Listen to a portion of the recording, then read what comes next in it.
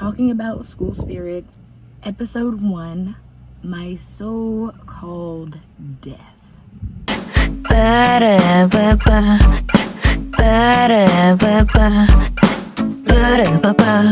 It's Tia. We're getting into it. Now, the first time we see Claire is her telling a couple of her little cheer friends to shut up. Can you two please focus? Sorry, Claire. They were giving a little exposition on what this whole pep rally or assembly or listen, I don't really know what it was, but they're telling us what it's about. Now, the brown-haired girl don't really know what she's talking about, but she's talking, okay? Blonde-haired girl, she's acting like she don't know what's happening, but she's correcting the brown-haired girl. So they're talking about it, and what made me laugh is the blonde-haired girl, once she hears that Maddie doesn't have her phone anymore, she's like, oh, she doesn't have her phone? Meanwhile, homegirl is missing and blood was found. But she doesn't have her phone, so that makes her sad. She doesn't have her phone. Jim to help get That's the word so sad. Then we see Simon sitting with Nicole, and they're like, yeah, I didn't sleep very well last night. Last night was awful. And Maddie's watching all this happen from her spot on the bleachers. We also get a real quick pan between Simon and Xavier. And we get to see that Simon has never liked Xavier, but we also get to see how Xavier wasn't really into Maddie. Like, why come every time Maddie tries to get him to do something, he's not interested? But we're going to see why later. Once Charlie comes and sits with her, we get to see, like the little poster that says Maddie Nears. And that she is the missing girl. She's the girl that everybody's been talking about, and all these people are connected to her in some way and somehow. Now, this is when she yells, "It's Maddie!" Because the girl kept going like, "Go Maggie." I think her name was Maggie. It's Maddie! Oh. Not a good look. When she says that, her good friend Charlie, well, her soon-to-be good friend, new friend, ghost friend, Charlie says to her, "The good news is it's only a matter of time until they realize you're dead." Which Maddie obviously hated hearing because she immediately walks away. We do find out she's been wandering around the school for 3 days now. Now, Charlie is begging. He is begging, he is pleading, he is negotiating. He is doing everything he can to try to get her to come to their group. And he's like, come to the group, come to group. And Maddie's finally like, okay, I'll go if you'll shut up. So she goes. He's very happy. They're walking through some kind of basketball game. She's like, we're going to play basketball? And Charlie was like, no, babe. No, that's not happening here. And she's like kind of flinching and stuff. And he's like, you're good. You don't have to worry about that. He says, perks are the whole being dead thing. They can't see you and they can't hurt you. He's always coming out with these like one-liners. Like the perks of this, the perks of that. Here's the best thing about it. And now we start meeting some of the dead kids. Now, there's a lot of filler kids that you will never see again, but we also meet some of our key players in this moment. One of them being Rhonda. And Rhonda is introduced by Charlie. That's my girl. That's my Rhonda. La la la la la la. Now, Maddie's asking, like, where can I sit? And that's when Janet's like, you can't sit there, that's my chair. She's like, can I sit here? And they're like, well, that was Janet's seat, but she's not here anymore, so you can sit there. And she's like, what happened to Janet? And Mr. Martin interrupts her, of course. Because Mr. Martin don't want nobody asking questions. Wally's also in the group. We love a Wally. But Mr. Martin introduces himself as Mr. Martin. He introduces the group as the Split River High Afterlife Support Group. And then he makes Maddie introduce herself. She declines, and he declines her declination. And he gives her no choice but to introduce herself. Charlie says, well, that's a first, knowing. And that's when we get a little insight that this is not your regular, degular, smegular death at this school. We also are, or aren't, supposed to think about how many dead kids they have at this school. Like one every decade. It's kind of a lot. Then we have a flashback with Xavier, where he is a terrible boyfriend. We also see that he's lying to her. She catches him in about 2 lies. One is he's like, my phone is dead. And then he's like fake hiding some vape. To which, hilariously, in my opinion, Maddie told him to get off the reefer if he wanted a future. And I thought that was pretty funny. She doesn't like it. Now, Claire and her kind of make weird eyes at each other as they're passing each other on the stairwell. She's going up and Claire's going down. Now, all this time, Maddie keeps saying, like, I gotta go back. I gotta figure out what happened so I can get back. And Charlie's like, there's no back, sweetheart. There's only forward or up or beyond. And she's like, no, I'm going back. Now here is where they introduce our good pal, Dawn. Now Dawn is just chilling and Charlie's like, yeah, I don't know what happened to her. Cult initiation gone wrong, drug overdose. It was the 70s, who cares? And then they just keep it moving.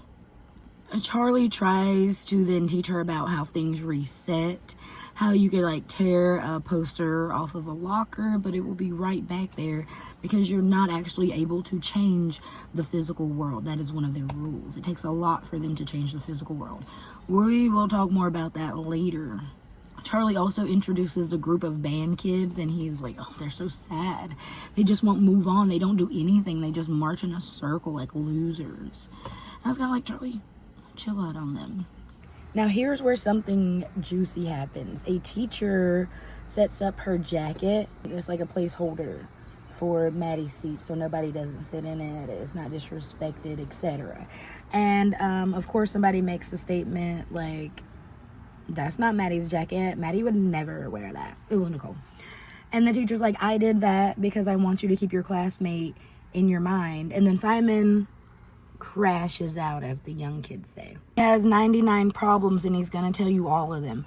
And he really goes off on every single body up in there, and then he doubles back and he is like, there's a sign-up sheet to look for her body and you're not even on it.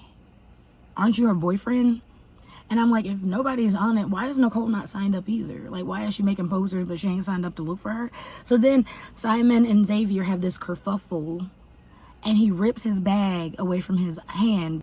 Xavier's like, I don't need this. I'm leaving. I'm out of here. And Simon's like, you ain't going nowhere. So he grabs his bag and in slow motion, Maddie's phone comes flying out. This is when everybody starts hating on Xavier. Because they're like, why did you have this phone for 3 days and you ain't say nothing? That's suspicious. What are you looking for? What are you trying to do? What exactly are you hiding, or what are you not telling people? Like, what's happening here? That was your girlfriend, and if you loved her, why aren't you trying to solve out what happened to her? Like, why, what, who, where? Yes. Maddie's still trying to defend him. He's sitting in the principal's office all like, And Maddie's like, well, he's just trying to figure out what happened to me. He just wants to know what happened to me. That's not the truth. Charlie's like, don't even worry about him. Like, let's just worry about the afterlife. Let's just go to group. So he's like, let me take you to my office, which just happens to be the boys' locker room shower. So then we get another flashback where Maddie and Xavier are hanging out after hours at school. And to distract the teacher, he gets booty butt naked and gets in the shower. And it's like, don't look at me, sir. You're making me uncomfortable, sir. Why are you still here, sir? And so the man leaves him alone. I don't know. We also get this super cute moment where Wally is introducing himself with a handshake and he's trying to tell her all about his life and how he died and that he's going to help her solve her death. And he was like, I can help you fill your holes. And then he's like, wait, no, not like that. No, I'm just trying to be helpful. And it was really cute and funny, and it kind of showed you who Wally is. Now, that is when Maddie's like, wait, I had my phone with me. How did he even get my phone? and my necklace and my bag. Like, I don't have none of that with me now. Where is it all at? And we do get another flashback, and we see that when Maddie was looking out the window at her mom parking all wild and whatnot, he slipped the phone out of her bag like a real pickpocket. He's shady. I'm not saying he's a murderer, but I don't know if we can trust him. We also got to talk about this little fight kerfuffle that Simon started. Tell me why Simon gonna start a fight and then get punched in the face, okay? He tackles Xavier, only to then get thrown on his back and punched in his face. I don't know why he did it. He was real macho in the mind, but not in the arms. Like, he really should not have picked a fight with Xavier. I don't know what he was thinking. I don't think he was thinking. So Maddie goes into the group because, you know, Wally said he would help her. So she goes into the group and she's like, I need some muscle. I need you to rough them up.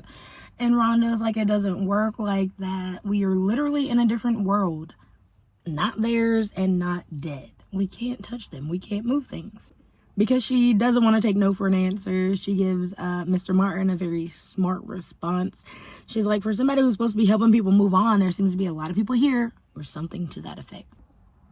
Then she marches out of there like she's mad. She's like, I'm getting the hell up out of here. Which leads to a montage of her trying to leave and then ending up face down sliding in the boiler room. At one point, she's walking past Dawn, and Dawn is like helping her to figure out what's going on. Dawn's like, you're jumping the fence.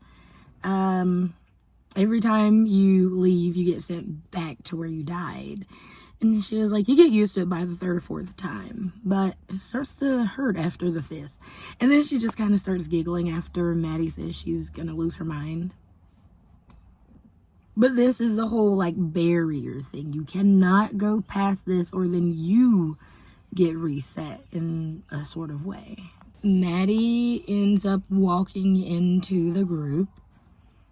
And she hears Rhonda talking about her guidance counselor. Her guidance counselor put her 6 feet under. He guided her to the light. And Maddie asked her how she's able to laugh about that.